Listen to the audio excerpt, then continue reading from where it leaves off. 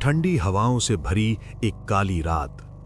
आसमान में चांद आधा छुपा हुआ था, जैसे वो भी किसी डर से कांप रहा हो। गांव बरवाला के बाहर फैले खेतों में सन्नाटा पसरा था। दूर कहीं कुत्तों के भौंकने की आवाज और झींगरों की चींची उस सन्नाटे को और डरावना बना रही थी।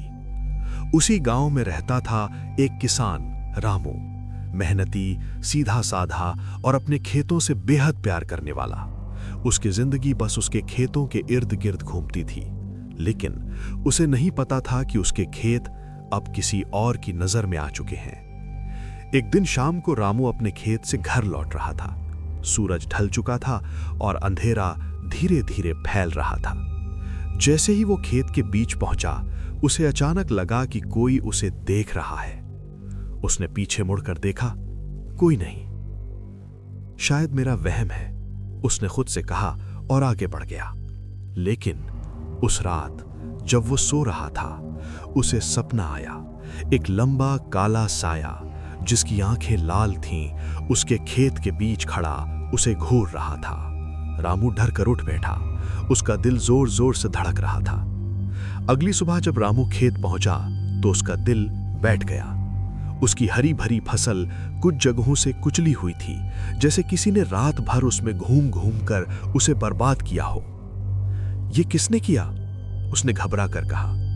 गांव वालों ने कहा, शायद कोई जानवर होगा, लेकिन रामू को यकीन नहीं हुआ। उस रात उसने फैसला किया, आज वो खुद खेत में ही रहेगा। आधी रात हो चुकी थी। चारों तरफ घना अंधेरा था। रामू ने एक लालटेन जला रखी थी। अचानक सर सर रर सर सर रर जैसे कोई फसल के बीच चल रहा हो। रामू ने हिम्मत करके आवाज लगाई, कौन है वहां? कोई जवाब नहीं, लेकिन आवाज और पास आने लगी। तभी उसने देखा फसल के बीच एक काला साया खड़ा था, बहुत लंबा, असामान्य रूप से लंबा। उसकी आंखें लाल चमक रही थीं। रामू का गला सूख गया। कौन हो तुम? साया धीरे धीरे उसकी तरफ बढ़ने लगा और अचानक गायब। रामू डर के मारे वहीं बैठ गया। अब हर रात कुछ न कुछ होने लगा। उसकी मोटर अपने आप चालू हो जाती, औजार गायब हो जाते और दूसरे दिन खेत के बीच मिलते। कोई रात में उसका नाम लेकर पुकारता, रामू। कई बार उसे लगता कोई उसके कंधे पर हाथ रख रहा है। एक दिन तो हद हो गई। रामू खेत में काम कर रहा था, तभी उसे पीछे से किसी ने जोर से धक्का दिया। वो गिर पड़ा, लेकिन पीछे कोई नहीं था। अब उसे समझ आ गया कि ये कोई इंसान नहीं है। डरा हुआ रामू गांव के सबसे बुजुर्ग आदमी के पास गया। बुजुर्ग ने उसकी बात ध्यान से सुनी और धीरे से कहा, ये चालावे हैं। रामू ने कांपते हुए पूछा, चालावे? हाँ, ये एक शरारती आत्मा होती है। ये अकेले लोगों को डराती है, उनका नुकसान करती है, और जब इंसान डर जाता है तो ये और ताकतवर हो जाती है। तो मैं क्या करूं? रामू ने घबरा कर पूछा। बुजुर्ग ने कहा, डरना बंद कर, तभी बच पाएगा, और कुछ उपाय हैं। बुजुर्ग ने उसे बताया, खेत के चारों ओर गोबर और गंगाजल से घेरा बनाओ, सरसों के दाने चारों तरफ बिखेरो, और सबसे जरूरी, डरो मत। उस रात रामू ने सब वैसा ही किया। उसका दिल जोर जोर से धड़क रहा था, लेकिन इस बार उसने ठान लिया था, या तो वो रहेगा या चालावे। आधी रात अचानक हवा तेज हो गई। लालटेन अपने आप बुझ गई। चारों तरफ अंधेरा छा गया। फिर वही आवाज, रामू। रामू ने हिम्मत जुटाई, आज सामने आ जा।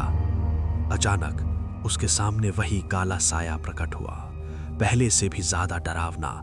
उसकी आंखें आग की तरह जल रही थीं। तो यहां क्यों आता है? रामू ने चिल्लाकर पूछा। साया हंसा, एक डरावनी हंसी। ये खेत अब मेरा है। रामू ने जोर से कहा, ये मेरी मेहनत का है, तू मुझे डरा नहीं सकता।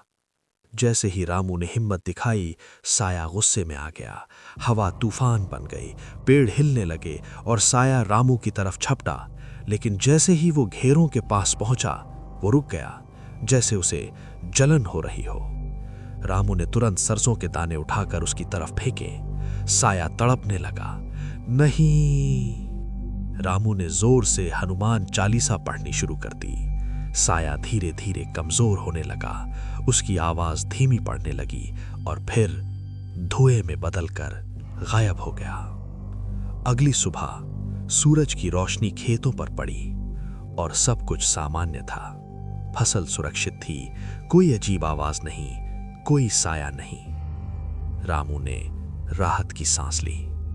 उस दिन के बाद रामू ने एक बात हमेशा याद रखी, डर ही सबसे बड़ी कमजोरी है और हिम्मत सबसे बड़ी ताकत, क्योंकि कभी कभी अंधेरे में असली खतरा चालावे नहीं बल्कि हमारा डर होता है। तो दोस्तों, आपको ये स्टोरी कैसी लगी कमेंट करके जरूर बताना और हमारे इस चैनल को सब्सक्राइब करना ना भूलें। मिलते हैं ऐसी ही एक और कहानी के साथ, तब तक के लिए सुनते रहिए डर के किस्से।